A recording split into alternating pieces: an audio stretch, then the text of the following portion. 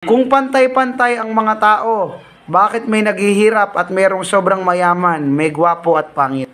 Yan ay mayroong dahilan ng Diyos dyan. Halimbawa, ang tao ay mayroong hindi magandang itsura. Mayroong dahilan ng Diyos dyan. Yan ni Mabi nandoon sa Deuteronomio 29:29. Tingnan natin, buksan natin kung ano ba ang mga dahilan ng Diyos.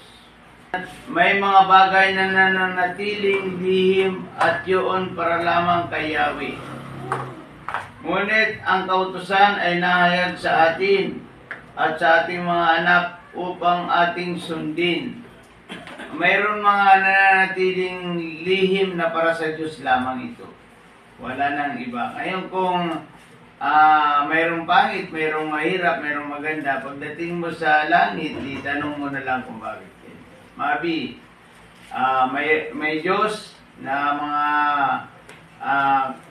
katanungan mo na Diyos lamang ang makakasagot.